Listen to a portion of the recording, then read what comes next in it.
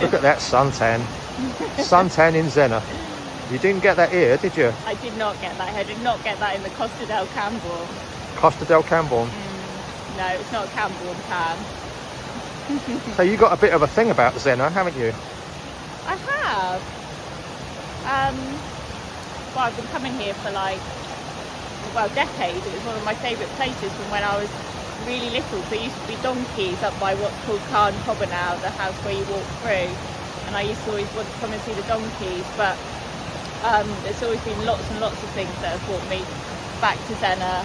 I know all of the coast path along here really well, all the little coves, gathered mussels, wild camps on the beach, visited the Crowley house a lot, came here for lunch one day, ended up going home with a cat called Zennor. You've got a cat called Zennor? Yeah, Zennor Leo.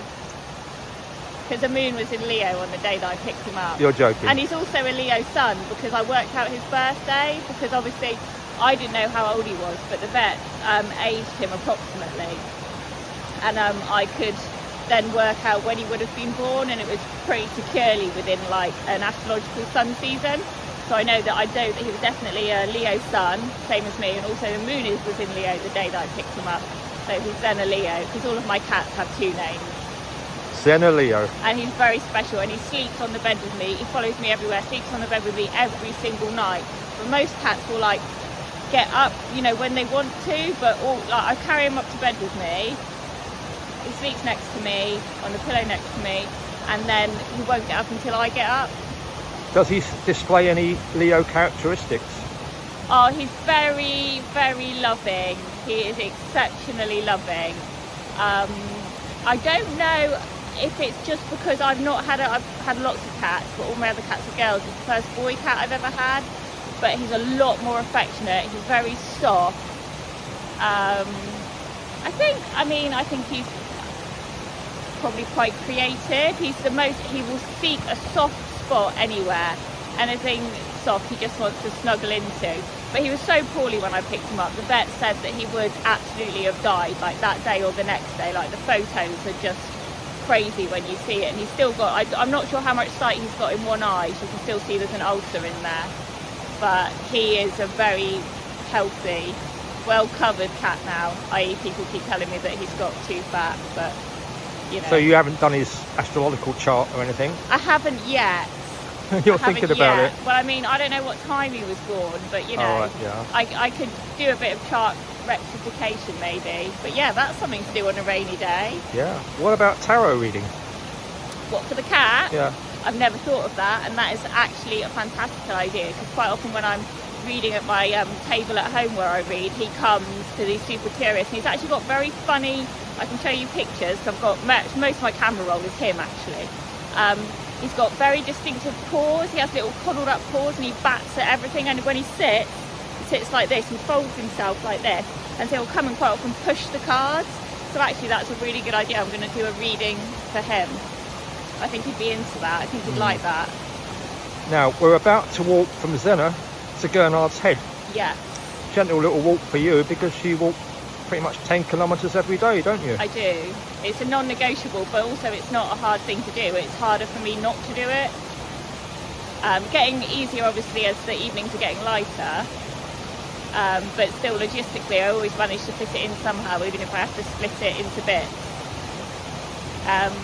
Much for like mental health as much as physical health. Yeah. Frees my brain, and it's like a meditative thing. I would highly recommend walking to anybody. Okay, so we've got the water. Yes. And we got the apple and the protein bar. We have. So we're going to go to Gurnards Head. Let's go. In 1976, I published a book of poetry called A Moon in Leo. This was written after I had spent some time with Robert Graves, the poet who lived in Deia in Majorca, which is a very special place, and there's a lot of synchronicity along with Zennor here in Cornwall. So these poems were very much influenced by Graves' concept of the muse, and how using the analytic process, which I've already talked about on podcasts, one can time travel and channel information. Helicon's gift. Lunar madness needs a medium, the moon through willow, or, as language to the muse, gives discord its hybrid charm. Once Orpheus, intent on eloquence, trod the magic dew of Persephone, whose grove gave voice to learn the willow's tune. But could he bear that breath that holds the curse of poets, gives mouth to the chant of witches, makes fluent the rantings of a moon? My favourite poem by Robert Graves is The Cat Goddesses. The moon in Deia and Zennor is notoriously powerful, which can often drive people insane. In the poem Helicon's Gift, Orpheus is a poet and a prophet who descends into the underworld of Hades. He has the ability to charm all living creatures. Persephone was the daughter of Zeus, the goddess of agriculture and fertility, whose beauty drew the attention of Hades, the god of the underworld, who abducted her and made her his queen. In Roman mythology, Persephone is manifested as Prosperina, which I imagine is the derivation of the word prosper. Be lucky.